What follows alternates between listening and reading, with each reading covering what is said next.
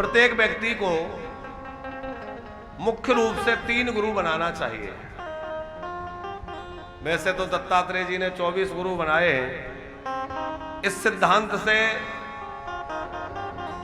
हमें जहां से भी कुछ सीखने को मिला वो हमारे गुरु हैं। इसकी चर्चा हम आगे करेंगे।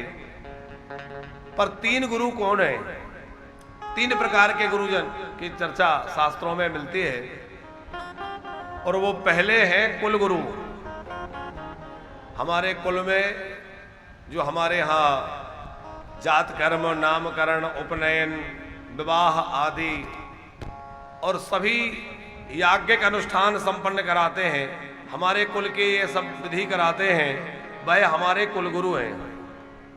वह कुल गुरु हमारा जात कर्म संस्कार किए, नामकरण संस्कार करवाए, फिर उपनयन संस्कार करवाए, विवाह संस्कार करवाए। तो ये सब संस्कार करने वाले भी गुरुजी हैं। उपनयन के समय मंत्र दिया, ब्राह्मणों को गायत्री दी जाती है, इतर जनों को अन्य मंत्र वर्णाश्रम अनुसार दिए जाते हैं। तो वो भी गुरुजी हैं क्योंकि उन्होंने भी मंत्र दिया। तो पहले गुरु कौन है? अब आप लोग कहेंगे पहली गुरु तो माँ है, वो अलग संदर्भ है। माँ तो फिर है ये। गौतम जी, लोग बड़ी विचित्र और बेतुकी बातें करते हैं। अभी किसी कथा में हमने कहा कि इन 5 लोगों के पैर घर में पड़े तो बड़े शुभ होते हैं। तो उसमें 5 लोगों में भानेज के चरण, भांजा जो होता है, साधु संत के चरण, ब्राह्मणों के चरण, दामाद के चरण और जो है बहन के चरण, ऐसे 5 लोगों की बात कही। तो उसमें सोशल मीडिया पे वो क्लिप काट करके मीडिया टीम ने डाल दी, हमारे जो सोशल मीडिया का काम करते हैं। तो उसमें हम एक दिन टिप्पणियां देख रहे थे कि लोग कैसी कैसी प्रतिक्रिया देते हैं। तो बहुत लोगों की एक प्रतिक्रिया उसमें मिली, क्या माता पिता के चरण शुभ नहीं होते? आपने इसमें माता पिता नहीं बोला। तो हमें लगा कि अब इनको अलग अलग कहां तक उत्तर दें। किसी दिन कथा में उत्तर देंगे कि अरे भले आदमी, माता पिता के चरण, अरे चरण तो उनके पढ़ने की बात हो रही है जो घर में नहीं रहते। माता पिता तो घर में ही रहना चाहिए, उनके चरण पढ़ने की बात कहां से सोच ली तुमने? बात समझ रहे हैं हम क्या कहना चाह रहे हैं? माता पिता के चरण तो बाहर जाना ही नहीं चाहिए, वो तो घर में रहना चाहिए है? तो माता पिता तो घर के हैं, उन्हें तो घर में रहना चाहिए, बल्कि ये सोचना चाहिए कि हम माता पिता के साथ रह रहे हैं। अभी हम किसी जगह थे, किसी जगह क्या यही याद आया, परसों नरसों एक बहन जी आई और उन्होंने यहाँ कुछ कमरा बुक कराया है। तो उन्होंने अपनी माँ के लिए कमरा बुक कराया। तो उन्होंने बहुत अच्छी बात कही, बोले महाराज जी हम अपनी माँ के साथ रहते हैं। उन्होंने ये नहीं कहा कि हम माँ को साथ रखते हैं। प्रायः बच्चे क्या कहते हैं? माँ मेरे साथ रहती है, पिताजी मेरे साथ रहते हैं। यदि रखता हो कोई तो ऐसे बोलता है, पर सच्ची बताओ, हम पिताजी को रख रहे हैं कि पिताजी के घर में हम रह रहे हैं? अरे कहना तो ये चाहिए कि मैं पिताजी के साथ रहता हूं, मैं माताजी के साथ रहता हूं या रहती हूं। तो माता पिता के चरण पढ़ने की बात तो तब कही जाए जब माता पिता घर में ना रहे। और घर में जो बालक माता पिता को ना रखे, वो चरण भी पढ़वा कर क्या कर लेगा?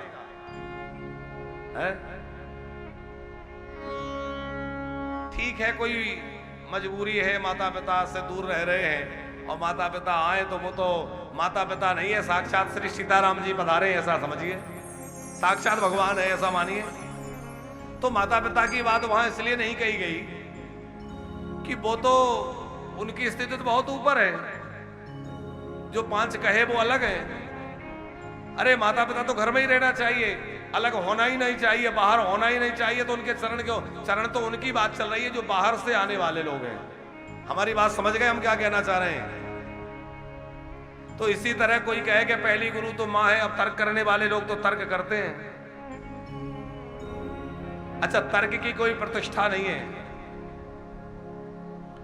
श्रावण का महीना था और एक आदमी बड़े भाव में भरा हुआ शिव जी के पास जा रहा था शिवालय में जाऊंगा, शिव जी को जल चढ़ाऊंगा, दीपक लगाऊंगा, आरती करूंगा, बिलपत्र चढ़ाऊंगा।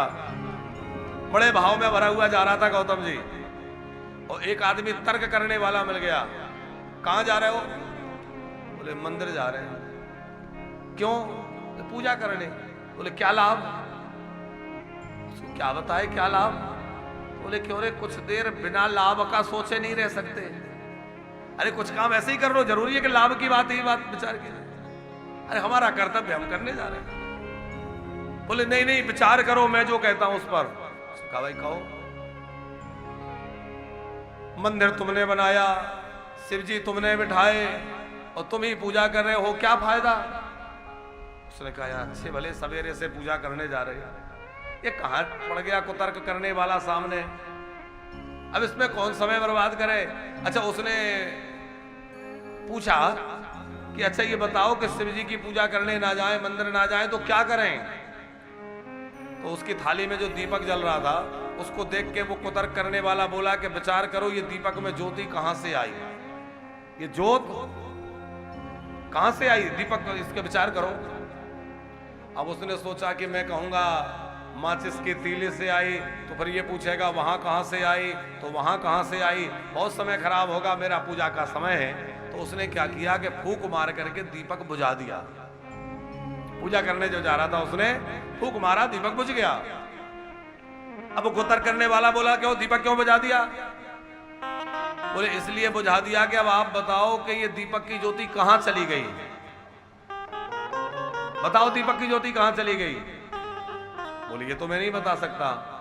बोले कहां चली गई तुम नहीं बतला सकते, और ये कहां से आई थी ये मैं नहीं बतला सकता, और आने जाने के चक्कर को छोड़ो और मुझे भगवान शंकर की पूजा करने दो, मुझे चक्कर में नहीं पड़ना है।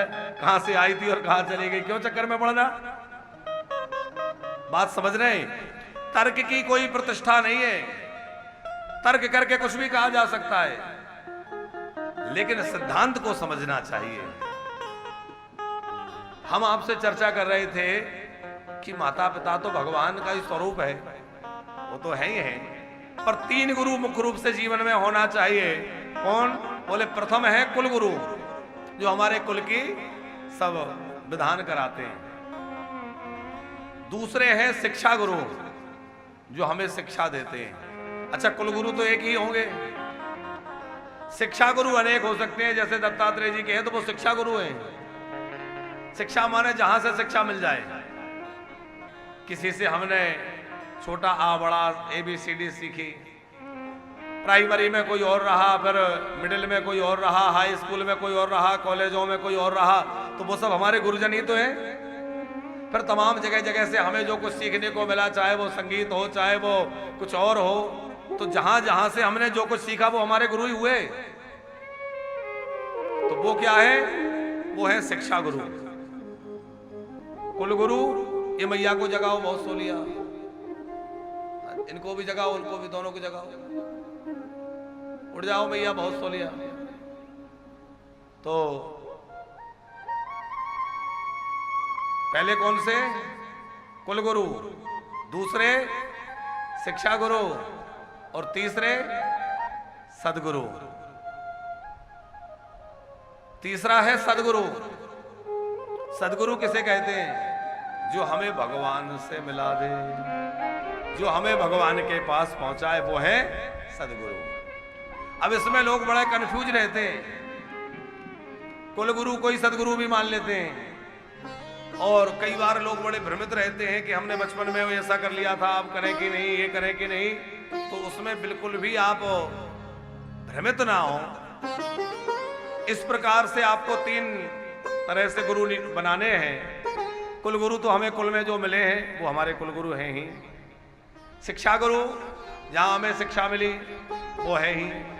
अब तीसरे होते हैं सदगुरु, किसी महापुरुष की शरण में जाकर के और ऐसे महापुरुष का आश्रय लें, ऐसे महापुरुष के चरण पकड़ लें जिससे हमें इस भवसागर से पार लगा दे, जो हमें गोविंद से मिला दे, राधा रमण से मिला दे। गुरु का काम है भगवान से मिलाना। और पुष्टि मार्ग में गुरु दीक्षा नहीं कहते, पुष्टि मार्ग में पंकज जी वहां कहा जाता है शरणागति। शरणागति हो गई, हमें आदि शरणागति वहां से महाप्रभु वल्लभाचार्य जी जब किसी वैष्णव को दीक्षा प्रदान करते, शरणागति देते, तो उनकी आंखों से आंसू की धारा बह चलती, और जब आंसू बहते तो लोग देख के आश्चर्य करते, भाई क्या बात है, ऐसा क्यों होता है। किसी वैष्णव ने एक बार पूछा, गुरुजी क्या बात है, जब भी आप किसी को मंत्र प्रदान करते हैं आपकी आंखों से आंसू धारा बहती, क्या बात है। तब महाप्रभु जी ने कहा कि मैं श्री प्रिया प्रियतम से प्रार्थना करता हूं कि हे युगल सरकार, हे मेरे ठाकुर जी, कृपा करके इस जीव को अपना लेना। अब इसमें योग्यता है या नहीं है, ये जीव उस लायक है अथवा नहीं है, इस बात का विचार मत करना, मेरी सिफारिश मान लेना, नहीं तो मेरी सिफारिश बेकार हो जाएगी। मैं इसका हाथ पकड़ के आपके हाथ में दे रहा हूं, आप इसको संभाल लेना। और इसलिए उनके नेत्र सजल हो जाते कि प्रभु दया कृपा करके, करुणा करके इसको आप संभाल लेना। गुरु का कार्य है भगवान के चरणों में शिष्य को समर्पित कर देना, और जब गुरुदेव इस तरह से समर्पित करेंगे तो भगवान क्यों ना स्वीकार करेंगे, क्योंकि हमारे अंदर तो वो पात्रता नहीं है। लेकिन ठाकुर जी के शरण में जाने के लिए जब माध्यम गुरु जी मिल जाए और गुरु जी कृपा करें तो फिर